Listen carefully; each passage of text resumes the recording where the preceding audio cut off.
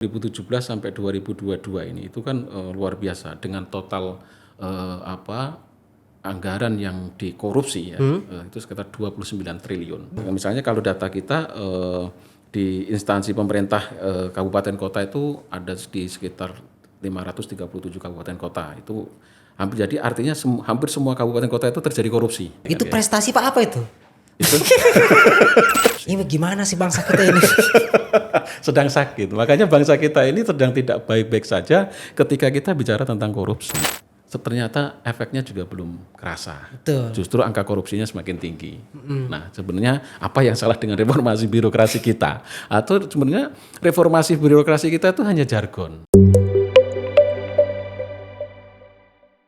Assalamualaikum warahmatullahi wabarakatuh. Pemirsa podcast NU dimanapun Anda berada, kembali lagi bersama saya Rahman Hadori. Mudah-mudahan pemirsa dan pendengar podcast NU semuanya dalam keadaan sehat walafiat. Pada sesi kali ini kita akan berbincang, kita akan ngobrol, kita akan coba ikut serta membahas terkait dengan isu-isu nasional yang saat ini terjadi. Sudah hadir bersama saya salah satu aktivis NU yang saat ini mengabdikan dirinya untuk lembaga yang fokus di transparansi anggaran. Mas Badiul Hadi. Assalamualaikum Mas Hadi. Waalaikumsalam warahmatullahi wabarakatuh. Oh, saya jangan panggil Hadi. Assalamualaikum Mas Badiul. Waalaikumsalam warahmatullahi wabarakatuh. Karena Mas biasanya kalau Hadi nama di belakang itu bapaknya ya. Betul ya Mas ya? Iya, betul. Maafkan saya Mas. Oh iya, siap. Mas Badiul. Mas Badiul ini saat ini menjabat sebagai manajer riset di Forum Indonesia untuk Transparansi Anggaran, betul ya Mas ya? Iya, betul. Itu menjabat sejak tahun kapan Mas? Saya secara ini menjabatnya sejak tahun 2018. 2018. Oke Mas, mungkin bisa disampaikan ke pemirsa. Oke. Fitra ini lembaga apa dan fokus kajiannya di mana? Ya. Sekretariat Forum Indonesia untuk Transparansi Anggaran, Sekretariat Nasional Fitra itu berdiri secara umum Fitra itu berdiri 23 tahun yang lalu. 23 tahun yang lalu. Dan tanggal 11 Maret kemarin itu kita ulang tahun ke-23. Wah, udah lama ya. Udah lama. Nah, kami memang hadir sebagai bagian dari upaya melengkapi pengawalan isu reformasi di Indonesia. Jadi kami berproses ke sana mengawal isu-isu strategis reformasi yang sudah digaungkan sejak 98 itu. Nah, Fitra kemudian masuk spesifik pada isu tentang tata kelola anggaran, lebih spesifik lagi tentang bagaimana transparansi pengelolaan anggaran di Indonesia itu dilakukan mulai dari level pusat sampai di level desa. Gitu. Nah, itu yang dilakukan oleh Fitra, dan Fitra selama ini memang mengawal kerja-kerja itu. Siap. Mas Badiul, berarti tidak apa-apa ya, dan sangat pantas kalau kemudian pada perbincangan ini saya ingin mengajak Mas Badiul menatap isu-isu yang saat ini hangat diperbincangkan masyarakat. Dengan senang hati, Mas. Dengan senang hati. Nah, ini nih yang saya senang. Ya, pemirsa podcast NU, ini saya sampaikan, saya perkenalkan Mas Badiul ini merupakan aktivis NU. Beliau juga memiliki pengalaman pengabdian di Lakpesdam PBNU. Juga di Lakpesdam di Jepara. Memang S1-nya dulu beliau di Unisnu Jepara ya, betul ya Mas ya? Betul. Tapi S2-nya sedang berproses ya? Iya, betul. Di luar negeri atau dalam negeri? Dalam negeri. Dalam negeri, oke. Mas Badiul ini senior saya di NU. Tentu kalau bicara soal riset, kemudian soal isu-isu terkini, soal transparansi anggaran, soal korupsi ini, insya Allah beliau menguasai karena jabatannya sekarang manajer riset di Forum Indonesia untuk Transparansi Anggaran. Yeah. Nah, langsung saja pemirsa, belakangan kita dihebohkan dengan kasus penganiayaan oleh seorang anak pejabat kepada anak di bawah umur, yang ternyata kemudian kasus ini merembet terhadap orang tuanya yang secara kebetulan menjabat sebagai Dirjen Pajak ya. Dan setelah ditelusuri oleh berbagai pihak termasuk di dalamnya lembaga pemerintah, KPK dan lain-lain, PPATK dan lain-lain, memang ada dugaan terjadinya korupsi begitu ya. Saya ingin memotret begini, Mas Badiul, kita ini kan sudah masuk di era reformasi ya. Betul. Tapi kenyataannya bahwa kasus korupsi di Indonesia itu masih terus terjadi. Bahkan berdasarkan yang kita lihat, setiap 1 bulan atau 2 pekan itu isu-isu soal dugaan korupsi baik di daerah maupun di pusat itu selalu menghiasi layar televisi masyarakat. Betul. Nah, kalau Fitra sendiri melihat soal isu ini bagaimana? Ya, bicara tentang kasus yang lagi hot ya di tengah masyarakat, diperbincangkan publik ini memang bagian dari upaya salah satu juga yang dikawal oleh Seknas Fitra ya dalam posisi ini, bagaimana kemudian memastikan aktivitas pemberantasan dan penindakan korupsi maupun tindak pidana pencucian uang itu berjalan secara baik. Nah, kalau kita melihat misalnya di konvensi PBB 1995 itu setidaknya ada 17 ya kejahatan serius yang yang dipilah oleh PBB. Nah, nomor 1 itu tindak pidana pencucian uang. Oh, pencucian uang itu nomor 1 ya? Nomor 1, kedua korupsi, dan yang ketiga itu penyelundupan. Penyelundupan. Ya, nah, yang pertama tuh pencucian uang, yang kedua korupsi, yang ketiga penyelundupan. Betul. Itu di antara 17 itu. Di antara 17 itu. Nah, hari ini isu yang sedang kita bicarakan ini masuk di 2 topik besarnya, yaitu tindak pidana pencucian uang dan korupsi. Ya, nah, mungkin ini Mas, ini kan masyarakat NU juga masih ada yang awam. Mungkin bisa disampaikan nggak bedanya korupsi dengan pencucian uang? Ya, kalau di mekanisme di undang-undang itu kan sudah jelas ya, misalnya tentang tindak pidana pencucian uang itu kan lebih pada konteks bagaimana kemudian orang atau individu melakukan pengalihan atau penyembunyian harta kekayaannya secara sengaja maupun tidak sengaja. Secara prinsip di situ. Nah, kemudian kalau korupsi kan memang tindakan yang dilakukan oleh seseorang untuk memperkaya diri sendiri maupun orang lain dengan cara yang mengambil hak atau uang dari negara dalam posisi ini misalnya kayak gitu. Nah, itu korupsi secara prinsip di situ kan ya gitu. Jadi memang ada perbedaan dan undang-undangnya kan juga beda memang. Ada undang-undang khusus tentang TPPU, ada undang-undang khusus tentang korupsi kan kayak gitu kan misalnya kayak gitu. Nah, itu memang dua kejahatan yang berbeda. 2 kejahatan yang berbeda ya, tapi sama intinya maling-maling juga. Iya, intinya maling-maling juga kan kayak gitu. Nah, itu yang saya kira menjadi penting ya untuk dipahami kita bersama kan kayak gitu. Nah, masyarakat bisa membaca di undang-undang secara konkret ya, pemahaman secara detailnya ya, itu seperti apa kan kayak gitu. Nah, itu yang saya kira juga menjadi konsen kita bagaimana kemudian hari ini mencoba mengawal isu ini secara lebih serius gitu loh, bahwa kalau kita lihat misalnya memang kasus ini kan luar biasa sekali menyita energi masyarakat ya. Masyarakat semuanya berkonsentrasi ke sana, bermula dari kekerasan fisik sampai kemudian merembet kemana-mana dan ini merepotkan negara akhirnya. Merepotkan negara. Kan kayak gitu kan. Nah, itu yang saya kira memang menjadi persoalannya di situ. Akhirnya negara itu malah sibuk ngurusin mereka sendiri. Betul, karena banyaknya pegawainya yang bermasalah. Kayak gitu kan.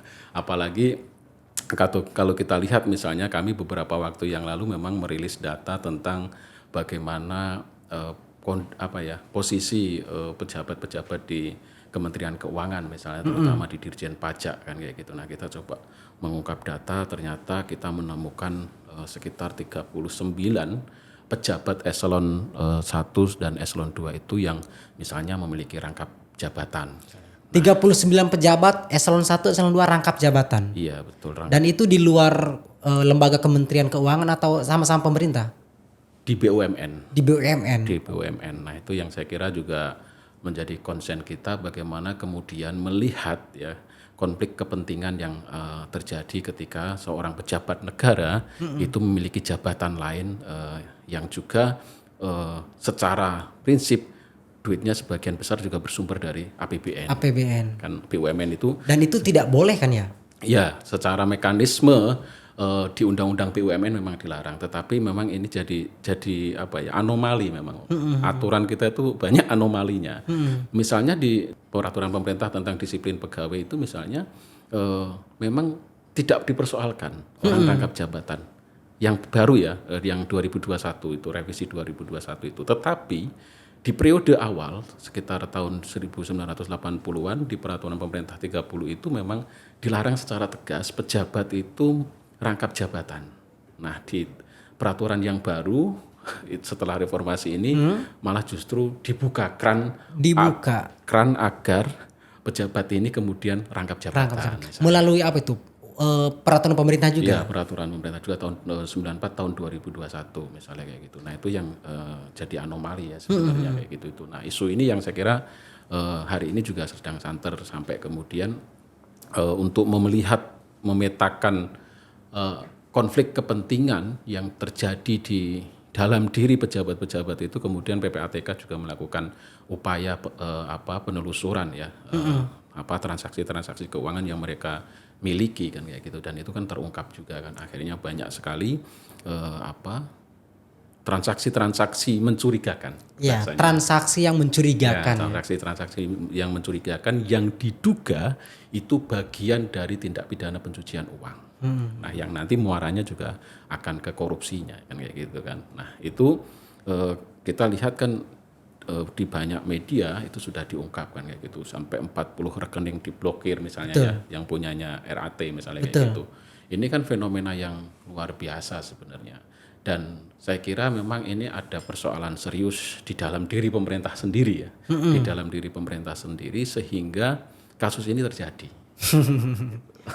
Kalau menurut Mas Badiul sendiri, kenapa ini masih bisa terjadi? Kenapa masalah korupsi ini kok sulit ditekan gitu oleh pemerintah sendiri? Ya itu kan karena persoalan komitmen sebenarnya. Komitmen ya, persoalan komitmen ya. Karena konstruksi hukumnya, regulasi semuanya sudah ada nih, ya kan. Bahkan undang-undang kita itu dinyatakan secara jelas undang-undang pemberantasan tindak pidana korupsi. Bukan pencegahan tapi pemberantasan. Itu secara ini kan sudah jelas gitu. Ya, bagaimana kemudian komitmen ini, pertanyaannya kemudian adalah bagaimana komitmen ini itu diseriusi oleh pemerintah. Kan gitu kan, diseriusi oleh pemerintah. Bahkan kalau kita lihat ya, indeks persepsi korupsi kita ini kan turun kan kayak gitu. Misalnya kita dari 38 ke 34 ya, kan kayak gitu. 4 poin turun ya. Iya, artinya posisi Indonesia itu sekarang 5 besar di Asia korupsinya. Nah, di bawah Singapura jauh sekali. Itu kan prestasi Pak apa itu? Itu prestasi yang tidak boleh dimiliki. Iya, harusnya tidak terjadi kalau komitmennya baik. Tetapi karena komitmennya tidak baik, maka indeks persepsi korupsi itu menjadi indikator sejauh mana negara itu betul-betul serius gitu, dalam pemberantasan korupsi kan. Gitu. Nah, ketika itu angkanya turun berarti kan dipertanyakan masyarakat. Berarti kan banyak kejadian banyak hal yang tidak tuntas. Di dalam. Nah, Mas Badiul, tapi kan ini kita kembali ke konteks kaitannya dengan pejabat tadi ya, pejabat Dirjen Pajak. Pejabat Dirjen Pajak itu kan sebenarnya kalaupun kita tidak melihat kasus kekerasan ini, kan memang sebelumnya masyarakat juga mungkin Fitra juga sering menyorot ya bahwa pejabat pajak ini secara input gaji itu kan lebih besar. Nah, betul. Yang begitu-begitu apakah menjadi perhatian dari Fitra juga atau gimana Fitra melihat ketika para pejabat itu memiliki gaji yang sangat fantastis gitu? Ya, saya kira ketika kita bicara tentang gaji ya, memang kan pemerintah itu pasti pakai mekanisme aturan namanya. Betul. Mekanisme aturan. Nah, di peraturan Presiden nomor 37 tahun 2015 itu tentang tunjangan kinerja pegawai di lingkungan Dirjen Pajak itu memang luar biasa bombastis ya. Bombastis. Gitu. Secara gaji sebenarnya kan kalau PNS ya atau ASN itu kan sama saja semuanya. Sama saja. Standar lah ya. Ada gaji pokok dan lain-lain ya. Gaji pokoknya kan standar ya, tinggal golongannya saja kan. Nah, paling tinggi kan kalau misalnya di peraturan pemerintah itu kan sekitar 6 juta lah gaji 6 pokok. juta, betul, Ya, betul. gaji pokoknya. Tetapi tunjangannya ini yang luar biasa dahsyat kan kayak gitu kan.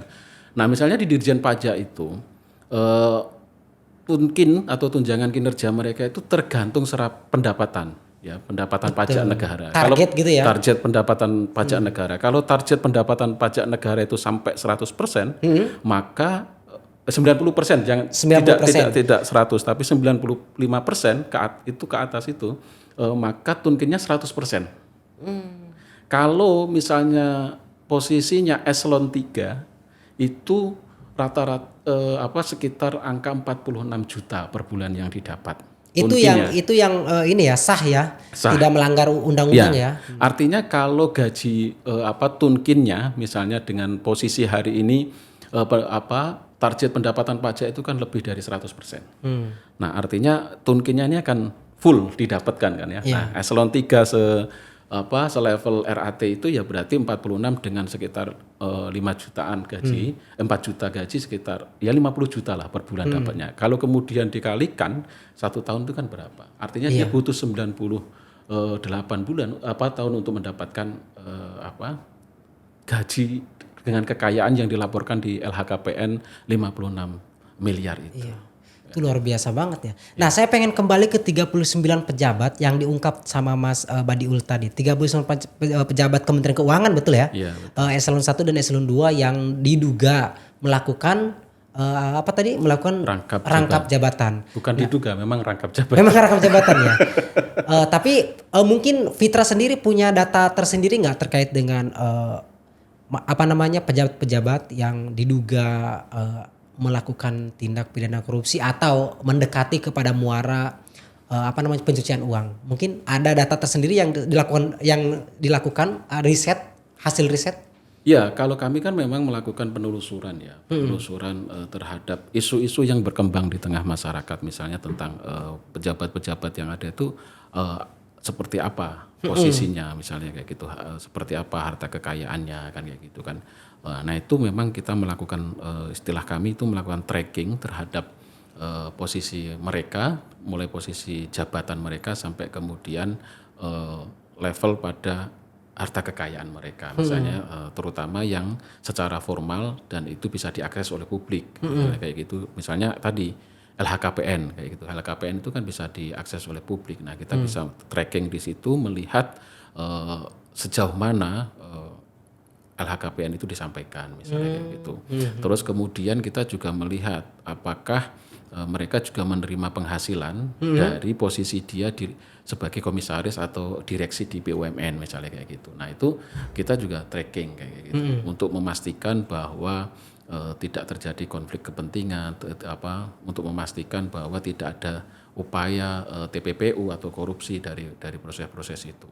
Nah, artinya kalau dengan posisi hari ini, misalnya dengan kekayaan yang dimiliki oleh para pejabat itu memang di luar nalar kan kayak gitu kan, di luar nalar karena gaji pokok dan tunkinnya itu sangat jelas bisa dihitung oleh masyarakat kan kayak gitu. Pertanyaannya kemudian kan begini, loh kan duitnya diputer kan kayak gitu kan, diputer digunakan untuk bisnis, untuk macam-macam kan kayak gitulah. Nah, entitas misalnya ketika dijadikan digunakan untuk usaha bisnis misalnya kan juga ada laporan, misalnya dibikin perusahaan. Nah, perusahaan itu kan pasti juga ada laporan keuangannya. Kita juga bisa tracking ke sana berapa sih sebenarnya penghasilan pendapatan perusahaan yang dia kembangkan dari gaji itu misalnya kayak gitu. Nah, tahapan-tahapan itu Mas Rahman yang kita lakukan sehingga kita bisa melihat secara lebih komprehensif ya setiap persoalan di negara ini terutama terkait dengan isu korupsi maupun tindak pidana pencucian uang itu sendiri kan kayak gitu. Oke, Mas Badiul, ketika misalnya Fitra melakukan analisis kemudian tracking, kira-kira temuan kuncinya apa saja tuh, Mas? Ya tadi misalnya kita bisa melihat kayak kemarin ya ketika kita tracking awalnya kita juga cuman mencurigai, menduga orang-orang ini tidak sumber kekayaannya tidak hanya dari pejabat posisi dia sebagai pejabat negara misalnya kayak gitu. Nah, kecurigaan itu berangkat dari kecurigaan itu kemudian kita melakukan upaya penelusuran tadi. Oh ternyata memang ditemukan si A ini jadi komisaris di BUMN A kayak gitu kan. Nah si B jadi direksi di BUMN A misalnya atau C kayak gitu. Nah itu akhirnya kita bisa melihat gitu loh bahwa ada pola-pola yang sedang dikembangkan dan kok banyak sekali kan kayak gitu kan pertanyaannya kok dalam satu direktorat jenderal di kementerian kok banyak sekali yang jadi komisaris dan direksi di BUMN. Ada apa ini kan kayak gitu. Nah ini kan kemudian berkembang lagi nih isunya kan kayak gitu. Ada apa sih sebenarnya kan kayak gitu. Kemudian di tengah publik, di tengah masyarakat kita muncul isu soal sindikat atau jaringan kayak gitulah ya kemana-mana akhirnya. Dan ini memang akhirnya kemudian motor kencang kan kayak gitu. Dan kasus ini kemudian bergulir secara luar biasa dan syukurnya literasi masyarakat kita itu juga sudah mulai membaik kan kayak sudah mulai membaik, terutama literasi soal korupsi itu ya. Iya, jadi masyarakat kemudian juga melakukan tracking dengan sendiri ya, dengan mandiri ya, mereka mencoba cari informasi ya, terutama yang ahli-ahli IT itu kan mereka bisa melakukan itu, melacak itu secara digital. Nah, literasi yang baik ini yang kemudian juga memperkuat kontrol masyarakat kontrol sosial masyarakat terhadap kasus ini kan akhirnya kasus ini tidak berhenti begitu saja terlepas dari proses hukumnya ya tadi misalnya kayak gitu, tetapi kasus yang lebih besar dari itu misalnya soal tadi korupsi, tindak pidana pencucian uang itu justru semakin kencang kan kayak gitu kan. Iya, tapi saya pengen kembali bertanya secara lebih rinci nih. Soal isu korupsi, Fitra sendiri sudah melakukan penelitian secara khusus atau di penelitiannya digabungkan dengan isu-isu yang lain secara umum? Ya, kalau terkait dengan korupsi kita memang biasanya juga akan melakukan penelitian secara khusus karena memang itu kan bagian dari memastikan akuntabilitas dan itu terjadi. Ini kayaknya kuncinya dari obrolan ini. Mungkin bisa disampaikan Mas secara presentasi mungkin kayak gimana hasil penelitiannya? Ya, misalnya kan kita bisa lihat nih ya hasil tracking kita terhadap informasi yang disampaikan oleh lembaga-lembaga negara misalnya, kita bisa lihat data yang kita punya misalnya di Indonesia ini kan banyak sekali kasus tren misalnya kasus korupsi ya, penanganan kasus korupsi di Indonesia itu kan trennya memang naik ya. Naik. Ya, korupsinya naik. Kasus korupsinya naik. Iya. Itu tahun kapan ke kapan itu? Misalnya dari 2017 sampai 2022 ini itu kan luar biasa dengan total anggaran yang dikorupsi ya, itu sekitar 29 triliun. 29 triliun dikorupsi? Iya. Wadah. Itu kalau misalkan uangnya ada, wah itu sejahtera masyarakat tuh. Ya, itu data yang kita coba kolaborasikan dari berbagai macam sumber ya, kita olah kemudian kita coba kumpulkan. Nah kita menemukan angka itu 29,4 triliun yang dikorupsi dari tahun 2017 sampai 2021. Itu oleh pejabat negara atau swasta? Dengan berbagai macam. Berbagai macam. Nah, tapi kebanyakan pejabat negara ya? Ya. Nah itu misalnya di tahun kalau kita lihat kasus misalnya ya, kasus korupsi di Indonesia dari 2024 sampai Oktober 2022 itu ada 1.310 kasus korupsi yang ditangani KPK. 1.310 kasus. 10 kasus. Ya. Itu tahun 2003 aja. Bukan, itu dari 2004 sampai Oktober 2022. Oh, 2004 sampai 2022. Itu yang ditangani KPK misalnya kan kayak gitu kan. Itu dengan berbagai macam varian gitu loh. Nah, lokasi korupsinya itu juga macam-macam. Misalnya kalau data kita di instansi pemerintah kabupaten kota itu ada di sekitar 537 kabupaten kota. Itu jadi artinya hampir semua kabupaten kota itu terjadi korupsi. Kayak gitu kan. Kemudian di kementerian lembaga itu 406 kasus di kementerian lembaga itu dari 2024 sampai 2022 ini. Betul. Nah, itu kemudian di pemerintah provinsi itu ada 160 kasus. 160 kasus. Artinya rata-rata hampir semua provinsi itu bermasalah dengan korupsi. Wah. Semua kabupaten kota itu bermasalah dengan korupsi. Ini gimana sih bangsa kita ini? Sedang sakit. Makanya bangsa kita ini sedang tidak baik-baik saja ketika kita bicara tentang korupsi. Sedang tidak baik-baik saja. Iya. Ini angkanya tinggi juga ya? Sangat tinggi. Nah, makanya tadi efeknya kan ke ke perspektif ya indeks perspektif korupsinya turun kan kayak gitu. Itu sudah dibuktikan sama KPK yang data tadi Iya, ya. betul. Itu justru memang sumber dari data mereka. Ya artinya bukan dugaan kan? Bukan. Lumayan. Tapi ini Mas, kalau yang sekarang ramai kan pernyataannya Prof Mahfud ya, kaitannya dengan 300 triliun. Ya. Yang soal pencucian uang maupun dugaan korupsi itu. Mm-mm. Kalau Fitra sendiri gimana? Mungkin punya pandangan lain kaitannya dengan data yang disampaikan Prof Mahfud ini? Ya, memang ini memang menjadi beda ya. Kalau data PPATK itu memang data yang khusus ya. Jadi kita juga ngaksesnya juga tidak gampang.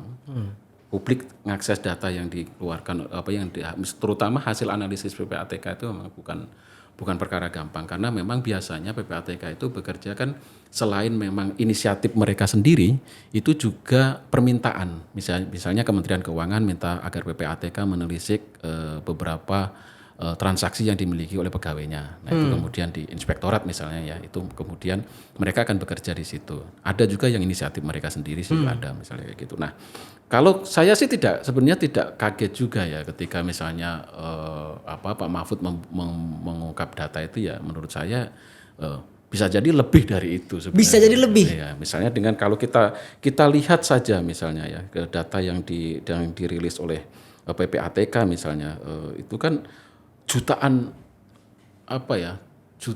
transaksi yang maksudnya yang masuk di PPATK ya kayak gitu. Nah itu yang kemudian digarap oleh PPATK misalnya Januari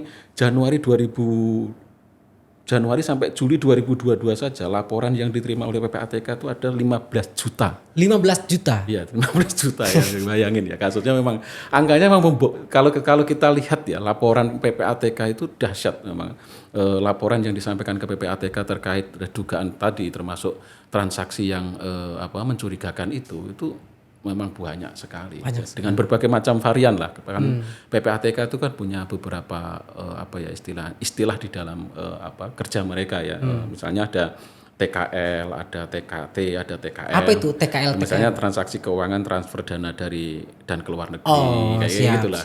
Makanya kemudian di dalamnya juga ada sampai membongkar tentang anggaran untuk teroris dan yang macam-macam itu kan terbongkar semua ya. Nah PPATK memang punya kewenangan ke sana sehingga kemudian mereka bisa melakukan tracking itu.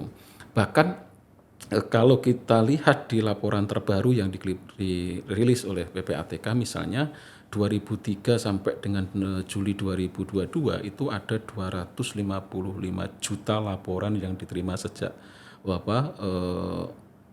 pemberlakuan undang-undang TPPU. 255 juta laporan.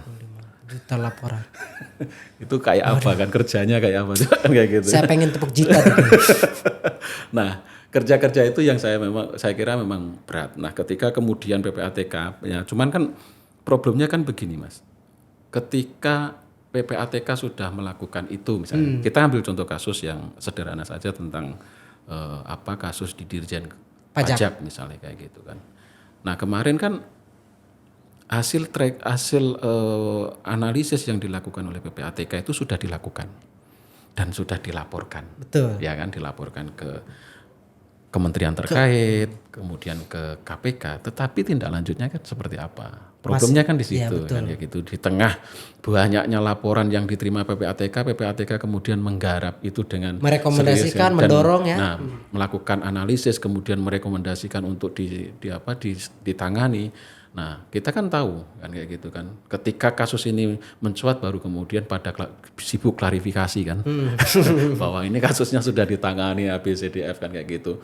Nah, awal-awal isunya ini sudah dilaporkan sejak tahun 2013 kan kayak gitu. Tapi nggak ada respon. Tindak lanjutnya. Bahkan khusus yang terkait dengan RAT sendiri itu kan sudah dilaporkan sejak beberapa tahun yang lalu kan kayak gitu. Baru kemarin konfirmasi, klarifikasi sebenarnya sudah direspon oleh internal tahun 2019 pernah di tracking, tapi berikutnya seperti apa kan gitu. Nah mekanisme ini yang saya kira memang menjadi tantangan serius gitu loh di dalam konteks pemberantasan korupsi kan kayak gitu kan.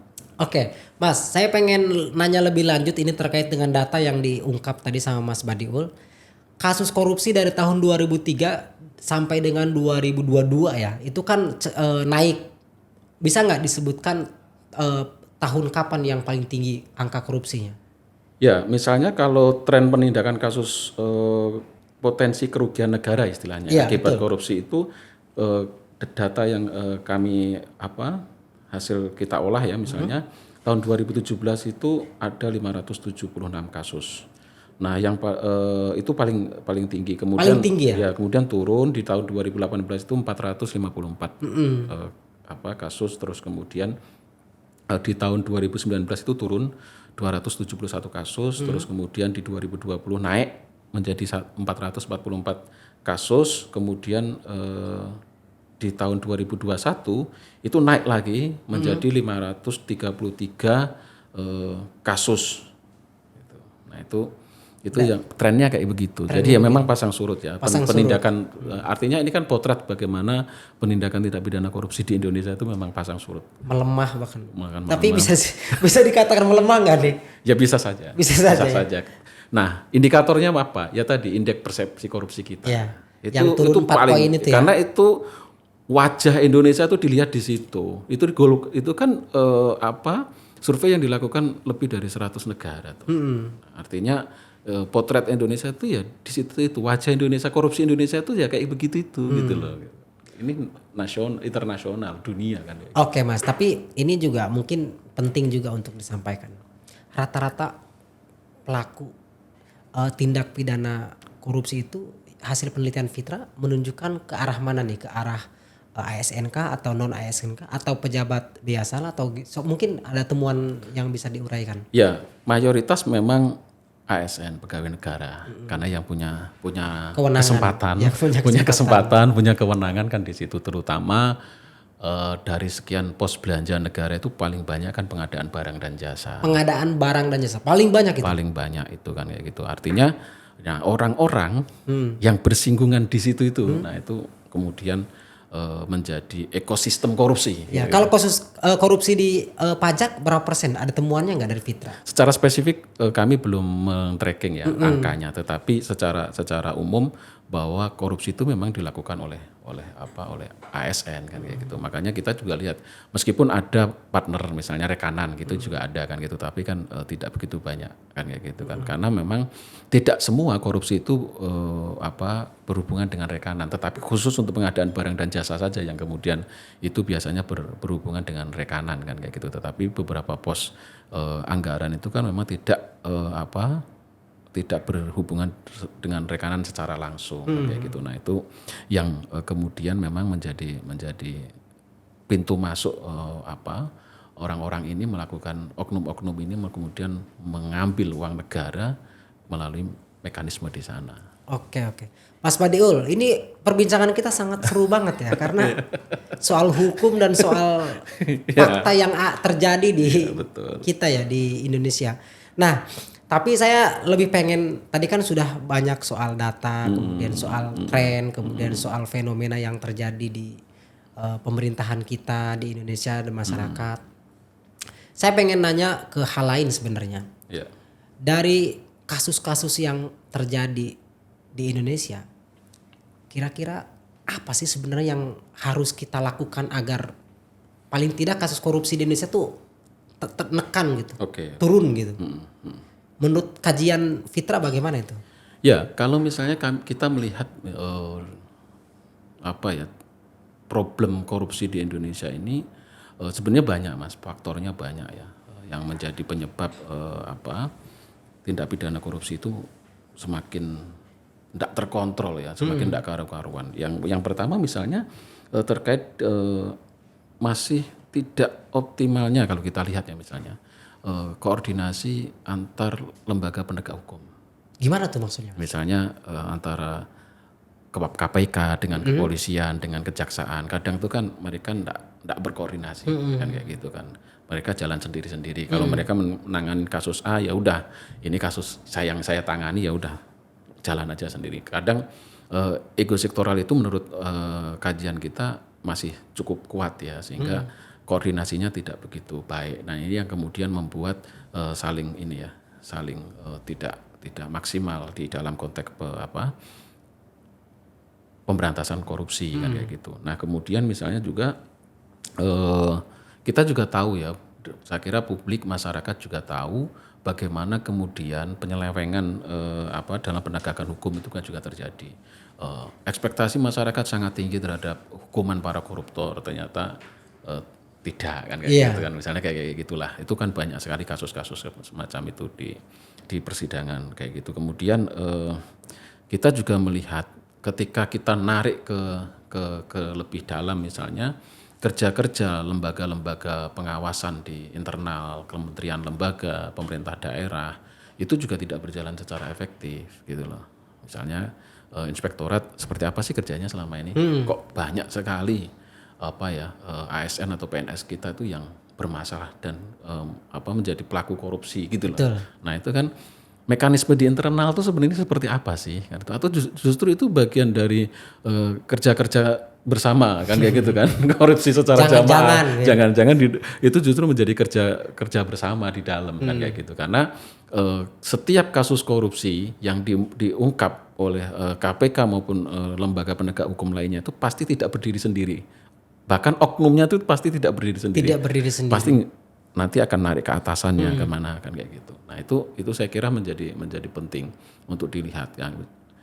Karena dampak dari korupsi ini kan luar biasa sekali ya, kalau kita bisa lihat ya, selain tadi soal citra negara kan kayak gitu kan di mata dunia, dan kemudian kerugian negara itu sendiri karena duitnya dikorupsi, kemudian dampak ke masyarakatnya kan kayak gitu. Nah, ketika misalnya contoh saja, ketika indeks persepsi korupsi kita itu turun, maka ini akan berdampak pada investasi di Indonesia. Investasi. Karena orang mau berinvestasi, waduh korupsinya tinggi sekali di sana, males saya jadi kayak gitu kan. Nah, sama halnya ketika kemudian korupsi ini sangat tinggi kasusnya, uang negara banyak dikorupsi. Contoh kasus saja misalnya ketika beberapa tahun kemarin, misalnya ketika pandemi, bantuan sosial dikorupsi. Dampaknya kemana? Ya ke kemiskinan masyarakat kan. Gitu, hal-hal semacam itu.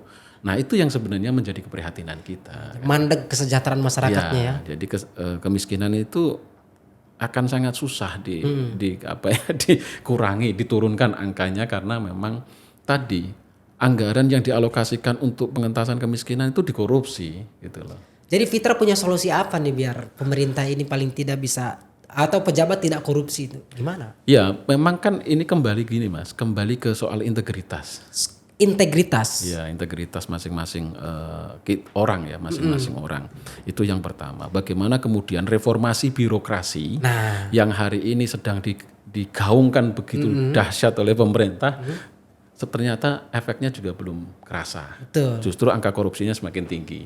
Nah, sebenarnya apa yang salah dengan reformasi birokrasi kita? Atau sebenarnya reformasi birokrasi kita itu hanya jargon, kan kayak gitu kan. Iya, dan bicara soal reformasi birokrasi, Mas. Sebenarnya kan kita ini sudah sangat sistemnya kayaknya sudah tersedia ya. Kayak misalkan sekarang tuh ya e-budgeting, kemudian pajak juga sekarang semuanya digitalisasi. Itu kan sebenarnya kalau misalkan diimplementasikan dengan baik, kayaknya itu bisa memperkecil tindak pidana korupsi ya, atau kasus-kasus dugaan korupsi itu paling tidak itu bisa diminimalisir ya. Gimana kalau pandangan Mas Ba'diul? Ya, justru memang era digital ini justru menjadi tantangan tersendiri. Tantangan tersendiri ya? Iya, tantangan tersendiri bagi upaya pemberantasan tindak pidana korupsi. Kan kayak gimana tuh maksudnya tantangan? Karena instrumen hukumnya kan harus disesuaikan juga. Betul. Ya kan, misalnya ketika kita pakai e-katalog, pakai e-budgeting dan macam-macam itu kan pemahaman aparat penegak hukum kan juga harus clear tentang ini, terutama penguasaan terhadap teknologi kan juga harus baik. Betul. Kalau masih konvensional kan kacau nih kan kayak gitu. Misalnya era digitalisasinya udah kenceng sekali nih ya, didorong misalnya orang semuanya transaksi melalui e-katalog untuk mendapatkan proyek dari negara misalnya kayak gitu. Tetapi satu sisi instrumen pengawasannya masih manual kan kacau kayak gitu kan. Nah, itu tidak berimbang kan misalnya kayak gitu.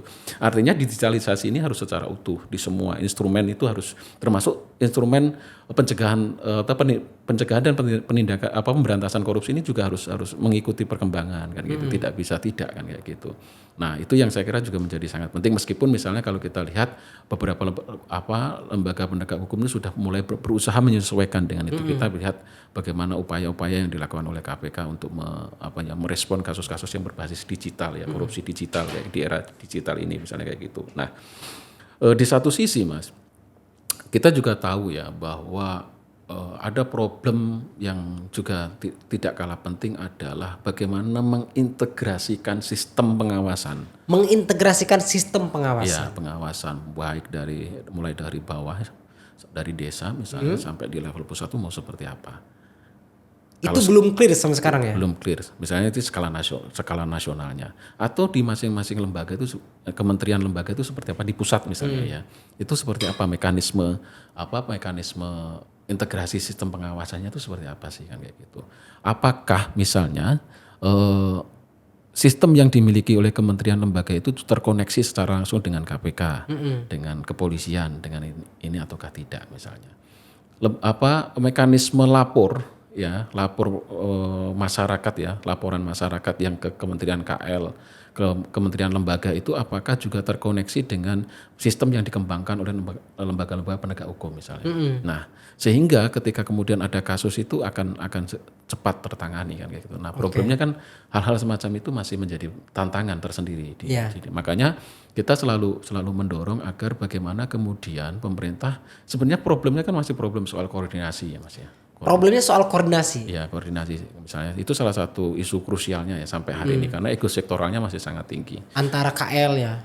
Nah, antara pemerintah. Contoh kasus yang paling sederhana saja lah ya, yang terdekat kemarin misalnya, ketika tiba-tiba Pak Mahfud mengungkap data ada transaksi mencurigakan 300 triliun.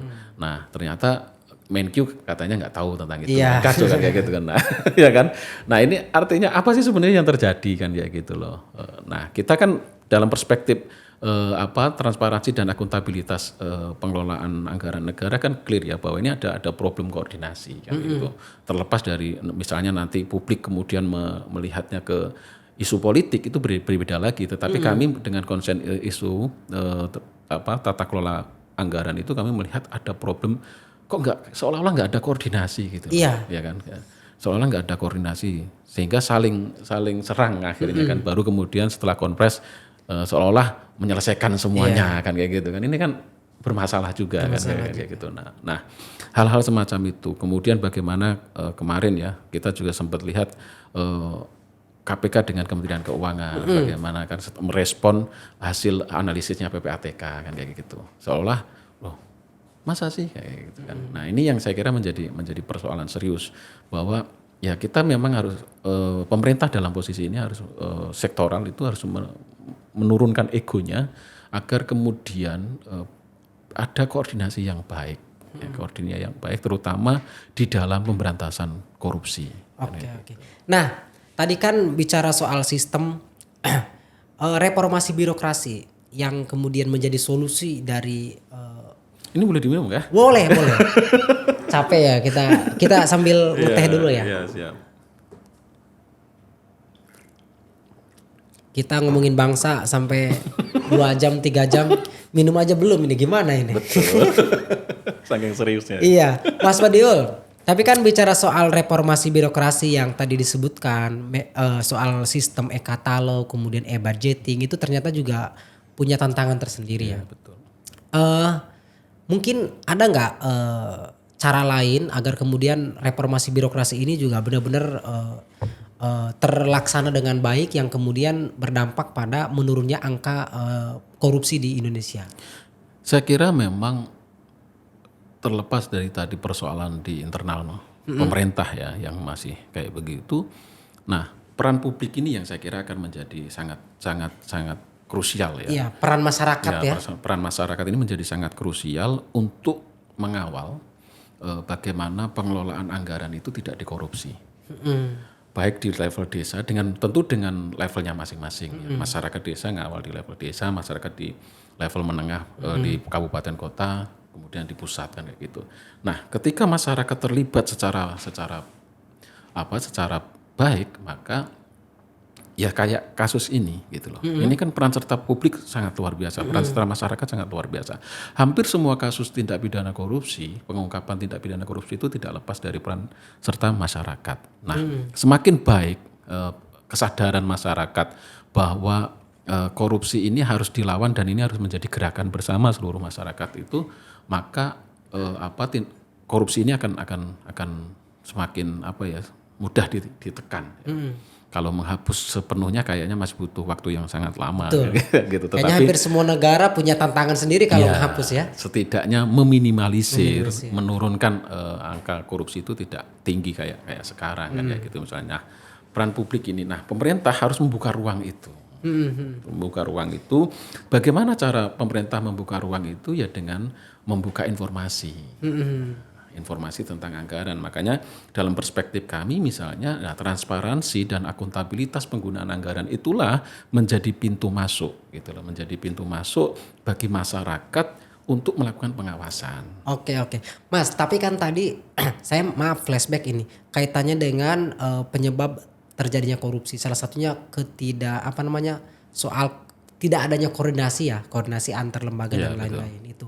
Nah, penyebab lain yang kemudian orang menjadi korupsi ini kan bisa dibilang selain soal tidak terkoordinasinya antar lembaga, ini juga kaitannya dengan hukuman bagi koruptor. Betul. Itu hasil kajian Fitra, hukuman bagi koruptor itu mempengaruhi nggak orang untuk melakukan korupsi? Misalnya karena hukumannya cuma 6 tahun, cuma 4 tahun. Itu dalam temuan Fitra gitu ya. Ada nggak temuan Fitra kaitannya dengan hukuman itu mempengaruhi orang untuk mau melakukan korupsi atau membacanya gimana Fitra? Ya, terkait dengan sanksi betul. Atau hukuman bagi koruptor ini memang masih menjadi perdebatan panjang dan dilema. Pemberian hukuman sampai saat ini tuh belum memberikan efek jera. Belum memberikan efek jera. Betul. Nah, indikatornya di mana? Tadi angka korupsinya semakin tinggi kan kayak gitu kan. Angka korupsinya semakin tinggi. Artinya orang banyak yang suka korupsi. Iya, betul. Baik sendiri maupun berjamaah gitu kan. Nah, di aturan di undang-undang tentang pemberantasan tindak pidana korupsi itu atau undang-undang KPK itu kan sudah jelas sebenarnya hukumannya sampai seperti apa. Level yang paling ringan sampai yang paling berat misalnya hukuman mati. Itu kan diatur ya. Kita nggak berani begitu ya. Nah, di undang-undang kita kan nggak berani. Maksudnya di undang-undang ada, tetapi eksekusinya nggak berani. Iya. Karena bicara tentang tadi HAM macam-macam. Iya, betul. Bahkan padahal kalau kita lihat misalnya hasil kajiannya PBNU itu kan dibolehkan ya. Betul. PBNU itu kan membolehkan hukuman mati kan gitu. Ya sebelum dihukum mati dipotong tangannya dulu lah. Kira-kira kan kayak gitu kan. Secara syariat kan ya kan begitu karena prosesnya ke sana. Tetapi sekali lagi bahwa secara aturan regulasinya sebenarnya sudah clear. Sudah clear ya. Cuman penegakannya yang regulasinya udah clear ya. Penegakannya yang bermasalahnya. Tadi misalnya di undang-undang itu kalau kejahatan itu dilakukan dalam posisi yang luar biasa ya. Kejadian khusus misalnya kayak kebencanaan atau apa, itu bisa dihukum mati loh. Tetapi kan kita tahu semuanya sepakat nih, negara, dunia itu sepakat bahwa COVID itu adalah kejadian luar biasa. Tetapi ketika ada oknum kemudian mengkorupsi uang negara pada saat kondisi yang luar biasa itu, nggak berani dieksekusi hukum mati. Kan kayak gitu kan. Apa problemnya? Ya penegakan hukum kita masih bermasalah. Kita belum tuntas di situ.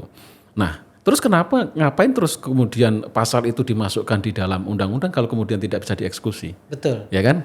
Gitu itu kan? masih menjadi perdebatan kan kayak gitu. Oke, Mas. Ini saya akan menyinggung kaitannya dengan reformasi birokrasi. Era Presiden Abdurrahman Wahid atau Gus Dur ini kan mencoba untuk mengimplementasikan dan menerapkan reformasi birokrasi kaitannya dengan tindak pidana korupsi. Betul. Zaman Gus Dur itu kan di mana beliau membentuk Satgas tindak pidana korupsi di internal ya, khusus untuk internal pemerintahan. Karena memang sebelum itu kan belum ada KPK ya, waktu itu kan belum ada KPK. Dan itu banyak kalangan yang menyebut bahwa paling tidak di era Gus Dur itu tindak pidana korupsi cenderung minim gitu ya. Meskipun mungkin ada tapi minim. Kalau Fitra sendiri mungkin punya pandangan tersendiri kaitannya dengan reformasi birokrasi yang diterapkan oleh Gus Dur saat itu? Ya, terobosan kebijakan yang diambil oleh Gus Dur itu kan sebenarnya menjadi embrio lahirnya KPK, ya kan? Betul. Dengan diterbitkannya Undang-Undang Nomor 30 Tahun 99 itu, Betul. ya kan, tentang pemberantasan tindak pidana korupsi itu. Nah, itu yang kemudian mengamanatkan dibentuk satu lembaga khusus untuk menangani itu, kan kayak gitu. Nah, saya kira ini salah satu terobosan kebijakan yang luar biasa ya. Maksud saya gini.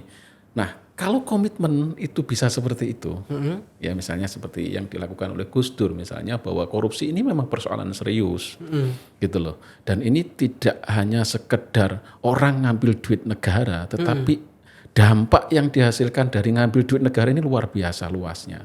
Maka harus ditangani secara khusus. Nah, pandangan Gus Dur kemudian mendorong terbitnya undang sampai dalam posisi ini.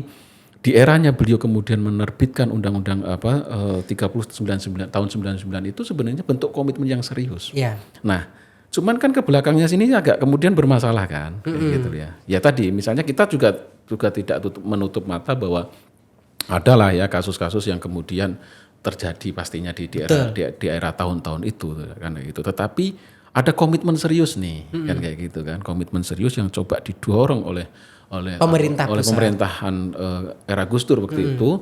Nah, cuman ketika berjalan ke sini kok semakin Melemah ya. arahnya semakin tidak jelas kan kayak gitu kan. Dan semakin lemah tadi indikator-indikatornya, jumlah korupsinya semakin banyak kan kayak gitu. Indeks persepsi korupsi IPK kita menjadi